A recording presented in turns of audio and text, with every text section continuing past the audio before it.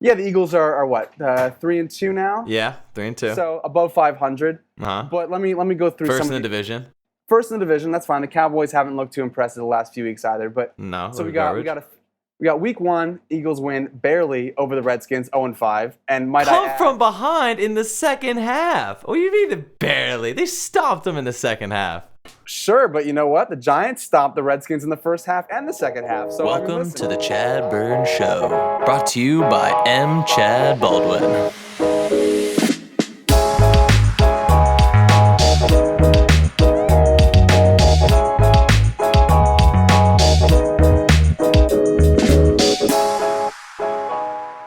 Welcome to the ChadBurn podcast. I am your host, ChadBurn, calling it up from the Great White North. And as always, running behind the scenes is the wonderful and amazing Julian Renvoise. So a lot to really recap. Last week in the NFL world was very interesting. My Eagles once again stomped on the Jets. It was almost a sad beatdown, really just a decrepit team that's really playing with no spirit and no soul right now. But a win is a win, and we'll take it, 31-6. I was very happy to see that. But all in all, a great week. Saw some really fun upsets in the league with the Colts taking out the Chiefs. And all in all, just the NBA is getting started. NHL is started. There's plenty going on in the sports world. But I thought we'd take a step back and bring in a good friend of mine, a resident of the city of New York. He is now our senior correspondent in New York. But I thought bring on, it's Mr. Dillon Fields. Hello, Dillon. Hello, Chad. Thank you for having me. Dude, it is a pleasure. I've been itching to have you on because, again, the Eagles are the superior team this year to the Giants. But in the exciting note, you have what we call a new quarterback in Daniel Jones. I kind of just want, I'll start off the bat. How excited are you as a Giants fan to be with a new quarterback like that and with a hot start? So I'll firstly address your superior comment. I think it's important to add the note, superior for now. Oh, yeah, for now, man. My God, this season, you guys are screwed. For the foreseeable future, baby. But I am very, very excited about Daniel Jones. I'm encouraged by his start. Without getting too much into statistics, I just get a good feel for the way he plays the game. He stands in the pocket, he takes a hit, he needs the extra second to get the ball to his receiver, and I think he has a lot of underrated athleticism to his game. So I'm very excited, to say the least. Yeah, but now I'm going to say a step back. Obviously, I'm curious because, last week, a bit of a stinker against the Vikings, 65 rating. He only threw 182 yards. Granted, Wentz has been throwing under 200 yards too, but he's winning. So, I feel like he came off the cliff. Like, we were all pumped. This is a guy where, he's the next step. But, do you think now we're seeing the real Jones, or do you think he's going to come back into his swing of things? Well, I think with any young quarterback, you're going to have some stinkers. That's to be expected. Peyton Manning in his first season had 28 picks. Oh, come on. He's not Peyton Manning. Let's be real here. I'm just saying, even the greats need to learn the game. So, yeah, I think last week, I think the stats don't really tell the full story. First of all, 182 yards, not the most impressive yard total, but I think he had like 90 yards in pass interference penalties. So, if you want to take that into account. Also, the Vikings have a great defense. Pat Shurmur was the offensive coordinator for the Vikings a couple of years back. And so, obviously, Zimmer and the Vikings coaches know his game. Also, it's a great defense all around. I think that without Saquon, it's tough to expect him to excel in every game. And last week wasn't his best game, but he only had one interception at the end of the game, garbage time. So he's smart. He's smart with the football. So I really wasn't too discouraged by last week, if I'm being honest. Yeah, I know. But and I feel bad for you guys, dude. You're getting killed by injuries. What do you got? You got Shepard's out, Ingram's out, Gallman's out, Saquon's out. Who's he throwing to now? He's got what? I think Tate is at back. He's got Tate. He's got Darius Slayton, I think his name is, rookie, 5th round pick. It's going to be. It's got even Wayne Gallman. Yeah, Wayne Gallman's out, so he's on the 3rd string running back at this point. It's not looking pretty, if I'm being honest. Yeah, man. And the best defense in the league coming up tomorrow night. So fingers crossed that we come out with Daniel Jones on 2 legs. I would be so pumped if you guys beat the Patriots, because that right there, that's a tough one. You guys make a surprise win. Whew, that'd be fun. beats the Patriots, you put him in the Hall of Fame tomorrow night, right? Exactly. It's like, all right, done. We don't care. He's in it. Doesn't have to. Yeah, exactly. That's Oh what my Giants God. quarterbacks do. Yeah, I know. Yeah, okay. They slay down the big guys like the Patriots have before, but I mean, honestly, it's been fun. But do you feel, I guess, with like Daniel Jones and the way he's playing, like we said, and it's not great, but he's getting better. But like, do you think in the future you guys are going to be at least getting to the playoffs, contending? Because I mean, obviously, there's no shot this year. Well, the season's not over yet. All right. I mean, but it's not this year. That's not what we're playing for. We got a lot of dead money this year.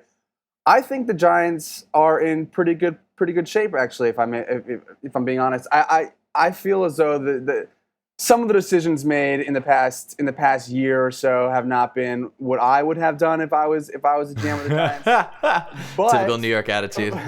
But the Giants have a lot of good, young, promising players. They don't have a lot of money on the cap for the next few years. Yeah. The dead money runs out after this year, a little bit of next year as well. But I think the Giants could turn things around pretty quickly. So, I mean, sooner rather than later, I think the Giants could be in contention. As soon as next year, if Daniel Jones continues to progress and we add some pieces in free agency, I don't see why the Giants can't compete next year. Yeah, but do you feel bad for Eli Manning there, sitting there watching as it all goes away?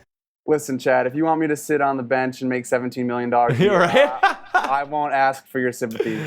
Yeah, I know. It's honestly, it's crazy. But then I guess, and then I'll ask you, be given your a little New York perspective. I mean, how you feel about the division? I mean, what do you think's going to win it? I'm going to say the Eagles, but I'll get your opinion on it. So I think talking about the Eagles would be a good place to start for how I can go and return the rhetoric that you've been spewing my way about the shape of the Giants. So yeah, the Eagles are what 3-2 now. Yeah, okay. 3-2. So above 500. But let me go through First some in the of these division. wins. First in the division, that's fine. The Cowboys haven't looked too impressive the last few weeks either. But no, so we got week 1, Eagles win barely over the Redskins, 0-5, and might I add, from behind in the second half. Oh, you mean barely? They stopped them in the second half. Sure, but you know what? The Giants stopped the Redskins in the first half and the second half. So I mean, listen, the Redskins are a bad team. I think I would expect. I'll just give you this: if the Patriots played the Redskins, you think it'd be a 32-27 game? I'm thinking more like 45-3 if it's the Patriots. So. Well, the Patriots did play the Redskins last week, and they only gave up a touchdown. Fair enough, but I mean, at least when we played the Redskins, they still had Darius Geis, or how do you say Geis? Geis? I think it's Geis. They had Geis. And it's, Eagles obviously have a shitty secondary, so that came into play with like Vernon Davis's crazy ass touchdown. But once the defense got better, then we saw like a Patriots thing where all of a sudden it's like, all right, this is clearly the better team. So you think Geis makes up the entire difference in that? Okay, I'm not saying entire, but I think that there's at least, it was a healthier squad and not a dysfunctional squad that it eventually turned into with like the firing of Gruden at 5 a.m. Was it? Like that's effed. Yeah, that's tough for Gruden. You gotta give him some sympathies for that. Okay, we'll move on to week 2 then. All right. Lost to the Falcons. The Falcons have beat nobody besides the Eagles. They're 1-4 and they have one win against the Eagles. You know what? I'm not impressed.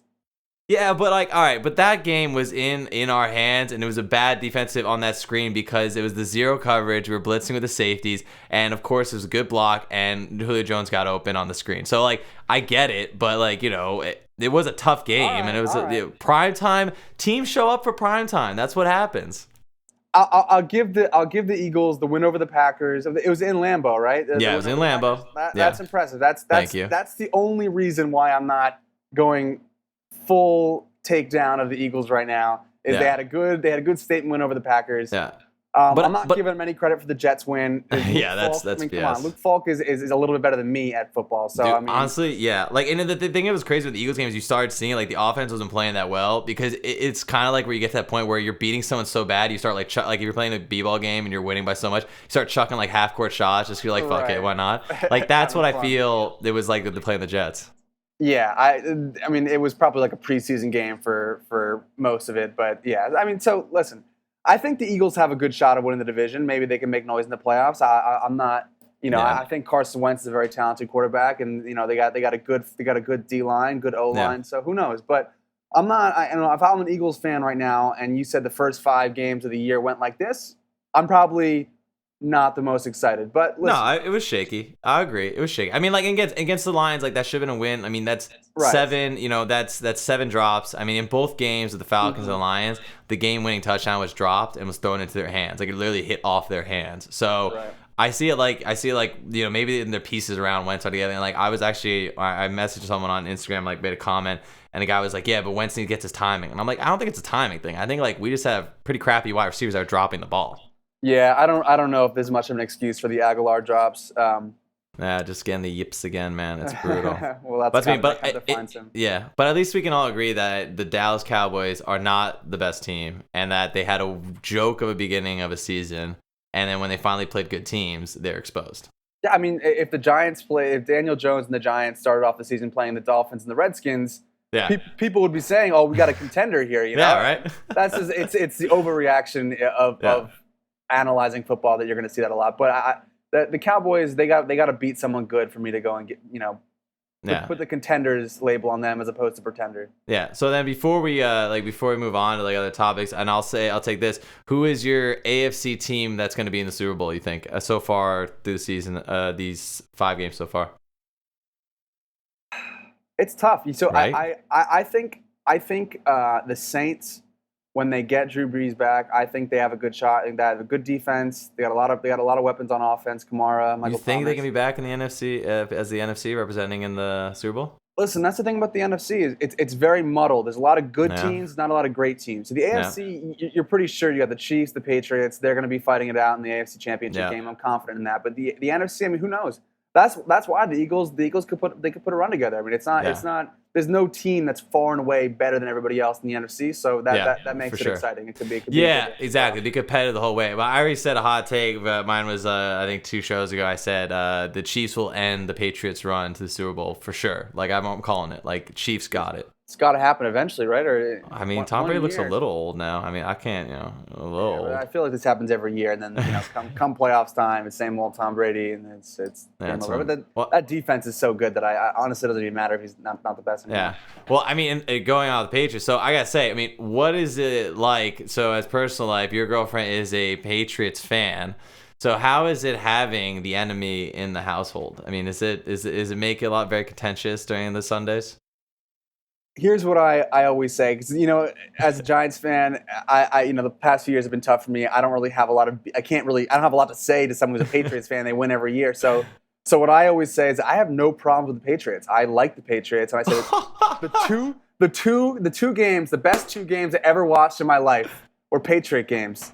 2007, 2011. The best 2 games I ever watched were Patriot-Giant games, and obviously we all know how that turned out. Giants won their 2 Super Bowls. Eli Manning. That's his ticket to the Hall of Fame. So I got nothing against the Patriots. So they're a great team. They have sustained success, but it's not like they're a thorn in my side. We haven't been in the playoffs when they've been dominating. So what am I worried about? I mean, good for her. I'm happy for her. She doesn't rub it in. All right, good. All right, well, she's a polite Patriots fan. That's one of the most I despise that fan base to no end. So, but I know she's a good one. I like her as well. So we'll be fine with that. So then I guess since we've been kind of continuing to go in the NFL and we're knocking that down, I'd like to revisit a topic I started last week, and that was on baseball. And so, there we go. All right, see, I'm so glad to have an ally here because Julian is a hater. So obviously I need some support. And you are a Yankees fan, and now, so everyone can understand, because obviously all this Philly gear, and I am a Philly sports, all right? My background, I grew up in the central part of New Jersey, close to the Delaware River. My dad was a huge Yankees fan, so I was raised first a Yankees fan.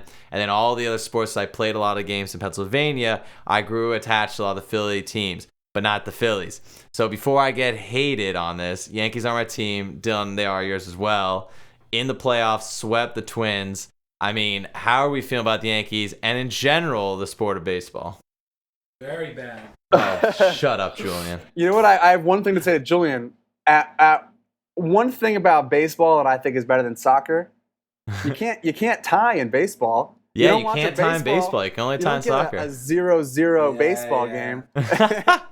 exactly. There's a winner. There are winners. That's exciting when you get some points scored. That's what I like. Exactly. Points are essential to any excitement. Agreed.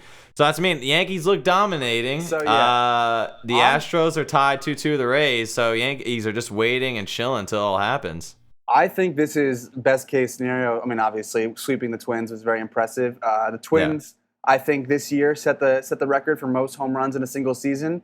And they were sluggers. They were amazing. They had a great offense, and they scored 7 runs in 3 games against the Yankees. So, I mean, do the math. That's a 2-point-something ERA. So, I think the Yankees did a great job. I think the pitching is coming together at the right time, and I'm very confident. I mean, so I got to assume the Astros win Game 5. Garrett Cole is just on another level. I mean, he and Justin Verlander, who surprisingly had an off game the other night, or last night. Happens to the best of them.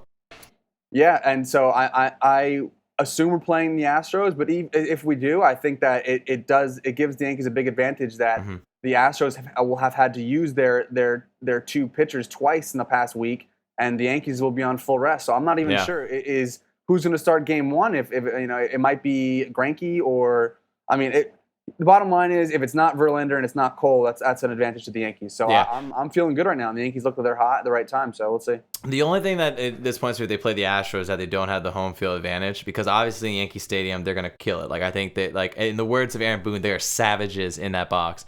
So I think that's me. So I see they have advantage. But again, the beauty that is for the Yankee side is that the starting pitching only needs to do get out of 4 innings, 5 innings max. That's it.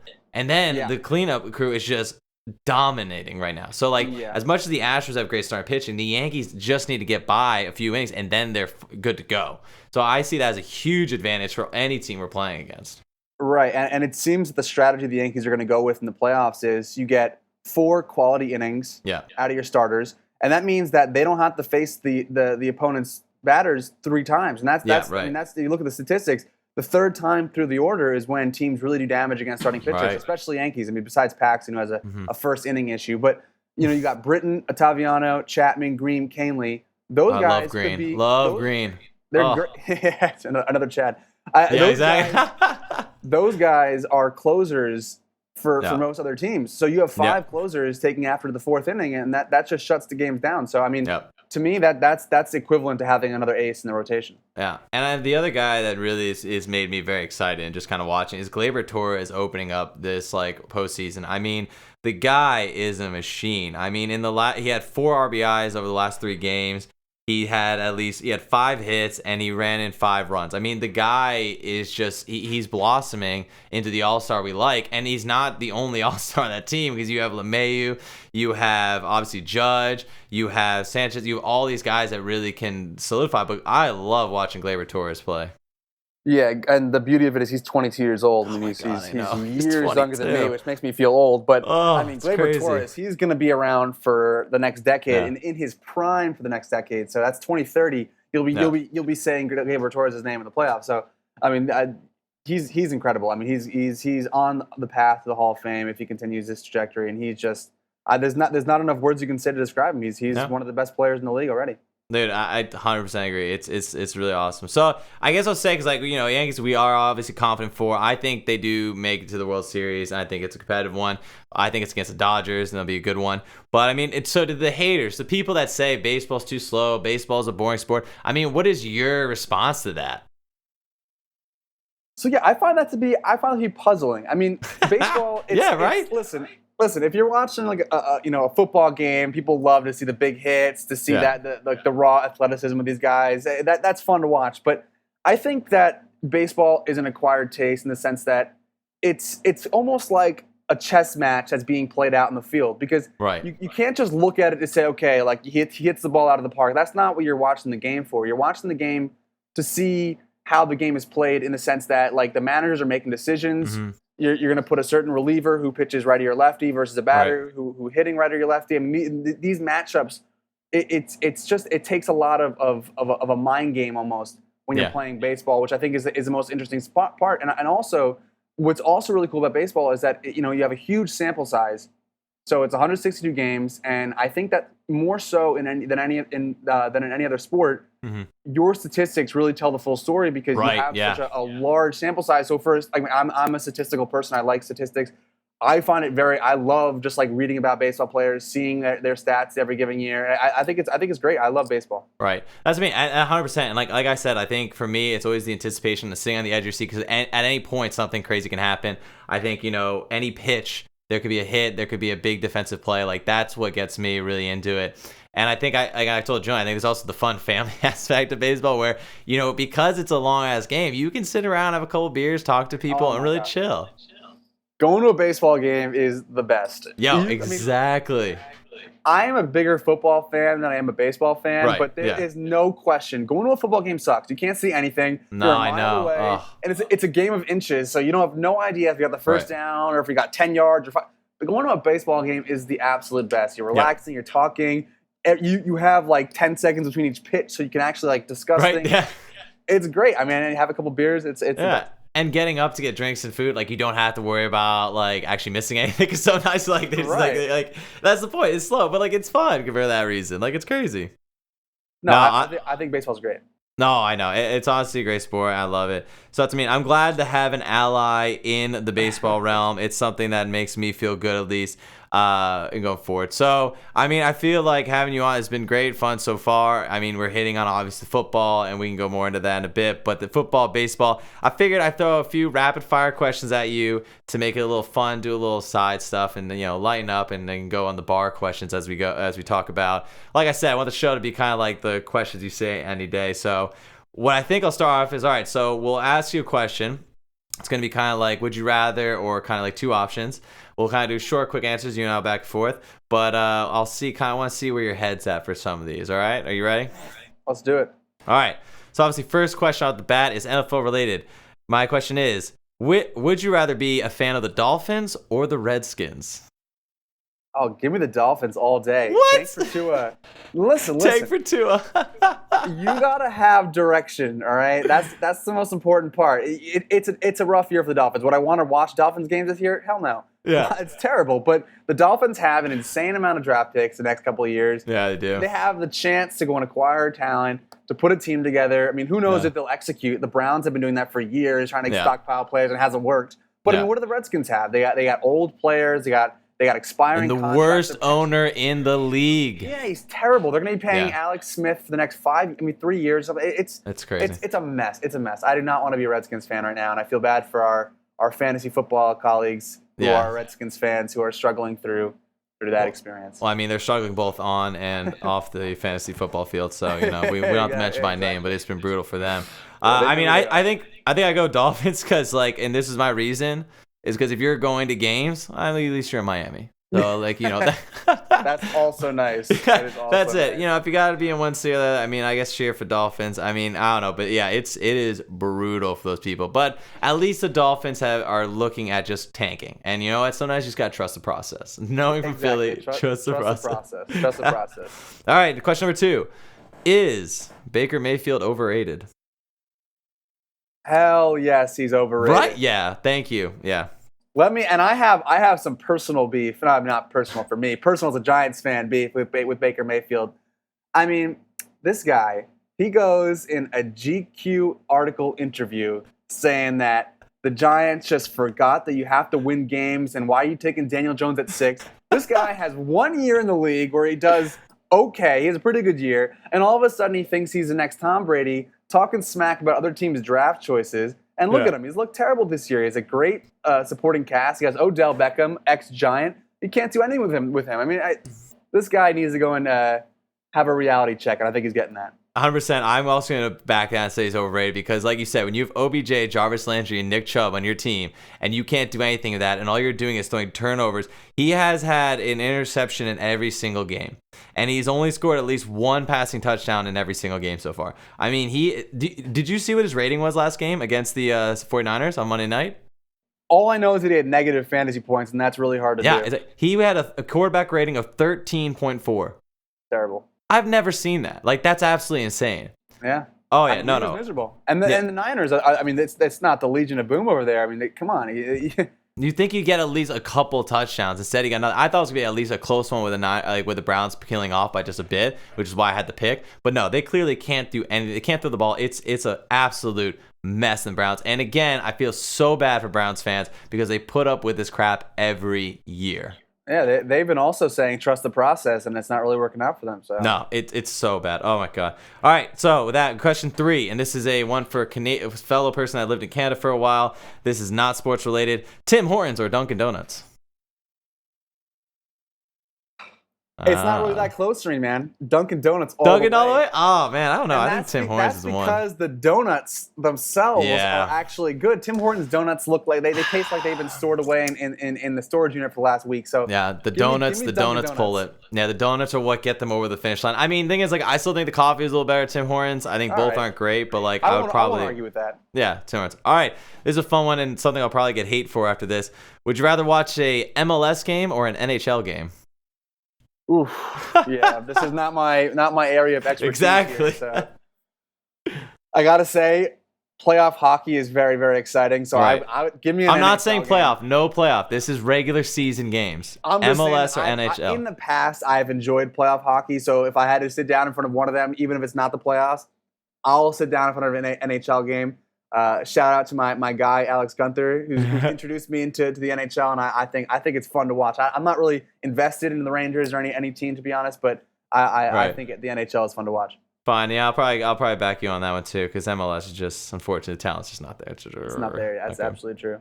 All right, going back to the other one. All right, fan base and team you hate more, Cowboys or Patriots? And we kind of addressed it earlier, but I want to ask. Cowboys or Patriots? Who do I hate more? Yeah, fan base Cowboys. and team. All right, there we go. Oh, I mean, it has to be. Come on. It's not a question for me. Cowboys all the way. They suck. Yeah, and we have so many fake fans up here. It's ridiculous. They are everywhere. Right. So many fake Cowboys fans. I don't get it. Why the Cowboys? Because their dads or whoever in their family supported them when they're on the Super Bowl run because they were bandwagoning fans, and then they had to pass it on to their offspring like a disease. Also, why are they America's team? I don't get that. Who gave them that title? It was coined back when they were winning, and it's exactly like that should have been retired like a while ago. It's while ridiculous. ago. I hear that all the time. I'm like, what did they do to be labeled America's team? It's because they have a star, and apparently they're from Texas. So first off, when did Texas become the epitome of what is America? Please. Oh no, I agree. I think any team on a coastal coast city should be America's team if we're gonna have one. But yeah, that is absolute BS. All right, good. Yeah, Cowboys hate. All right, and the final one I question, and this might be more of a debate, but if you had to start an NBA team with any player, who would it be? Go. RJ Barrett. I'm just kidding. All right. Oh my God, the Knicks is coming in hot here. Are you serious? Listen, that's a tough one for me. You know, I think that I think I might buy into the Zion Williamson hype. I would take like It could be any player in their prime. It doesn't have to be right now. Well, it depends. What am I looking for to start a team for the future? I'm probably going Zion because I believe in his abilities. I believe he'll be one of the best players in the league in the next few years. But if I'm starting a team for next year, I still think LeBron James is the best player in the league. I firmly believe that. I know he had a rough year with the Lakers last year, but if I'm trying to win a championship next year, I think LeBron James is the key piece. See, I think I would start with KD. Like if I had a healthy Kevin Durant, like that's. And I'm a big LeBron James supporter. I love the guy. I just think I think Kevin Durant has shown especially his outside game is just so much more dominant. And I know no one can stop LeBron in the paint, but that outside shot is so good. I mean, it's almost Steph Curry level, and he's so big. Yeah, no, you can't go wrong with Kevin Durant, especially healthy Kevin Durant. I hope he comes back full force. I was hoping he'd come to the Knicks this year, but I'll take the Nets. Still a New York team. That's what I mean. All right, so that's me, and that's outside the question, but I have to ask. I mean, so you're a Knicks fan, obviously, but are you going to be giving some love to the Nets at all, or is that a rivalry that has to happen?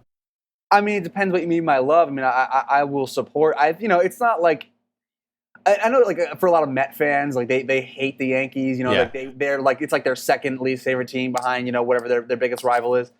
For me, with the Nets, I mean, they used to be in Jersey, but they're in New York now, and I'm I support them. It's still a New York team. It's not my team, but I would be happy to see them do well. And so I root for the Nets. I'm a lukewarm Nets. Yeah, I think it's too young a team to be a rivalry yet, but we'll see Right. if Yeah, both get we'll see. good eventually. Yeah, that'd be Maybe awesome. maybe there'll be some bad blood down the line, but for now, Exactly. I'm okay with them. All right, so I think that's about it on my quick questions there. I think what I'll say is there any game, since we'll go back to NFL, any games this weekend that you are looking forward to? Well, I mean, as a Giants fan, I'm certainly looking forward to the Giants game this week. But What do you know what the point spread is for the Giants Patriots? probably like 15 or 16, but I do not. Very know good. right now. The Patriots are 17-point favorites. 17. All right, I would take the under there. Give me Danny Dimes to go and put down a couple of touchdowns and make it a couple. Yeah, right. Keep it at least like a 10-point, maybe 14-point game. You think? Yeah, I'd say that. But you know what? This week I'm actually excited about the Rams 49ers game. I actually am buying into the Niners. I think they have a good defense. Bought in. I think they got a good offensive line that makes them have a really productive run game. Yeah. I'm excited to see what they can do. So we'll see if they can beat the Rams this week, then they're for real. So that's exciting to me. Hey, if Jimmy G can keep going and Matt Breida and George Kittle, all those guys are firing up, and you have the defense click, I mean, they're undefeated. Like, what can you say? They're undefeated. Yeah. They've beaten actually some legit teams. So like, it hasn't been pretty, but like, hey, they're winning. It's them and the Patriots. That's the only two undefeated teams in the league, right? So yeah, exactly. Like, I think that'll be a good one. I think for me, a game I'm really looking forward to is Texans Chiefs. I really want to see Deshaun Watson take on the Chiefs, and I think it's going to be a shootout. And I'm pumped because I think it's going to be like same as Texans against the Falcons. I think it's going to be like 40 points to like 30-point game. Like, it's gonna be crazy. No, that's definitely a good choice of game. That'll be the most action-packed game, I would guess. Yeah. Well, that's me. And then besides that, I hope the Eagles beat the Vikings. They are underdogs, a 3-point underdog, but another good game. Let's see it. Because the Vikings did some work on the Giants last week, so I'm rooting for the Vikings to show us that they're for real, and that it's not just the Giants. That's me. Hey, it will determine, I think, if the Eagles can be grit through that, because they got a 3 road game stretch. Like, that'll be determined there.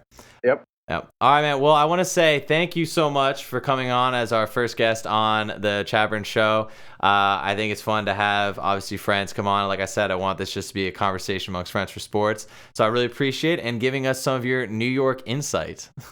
Yeah, absolutely, man. You got it. And thank you for having me. You guys are killing it up there. I love what I'm hearing so far from the ChadBurn Show. Thanks, man. Well, that's me. We'll keep you in mind for when we need our New York correspondent later down the road. I'm always here. Awesome. All right. Well, that will do it, folks, for the show. Thank you so much for listening in. It's been fun. I hope you enjoyed it. I think it was a little more back and forth on some fun topics. But as we go on, we'll hopefully bring out some more guests and maybe hear from Dillon again. But as always, really appreciate you listening in. You can follow me at The ChadBurn Show on Instagram. Or you can, if you want to get in contact, you can reach me at chadburn.show@gmail.com. That's chadburn.show@gmail.com. And as always, we'll be posting content before we release these shows. And you can listen to us on Spotify, Google Play, and iTunes. So as always, thank you for listening in, and hope you have a great evening. Bye.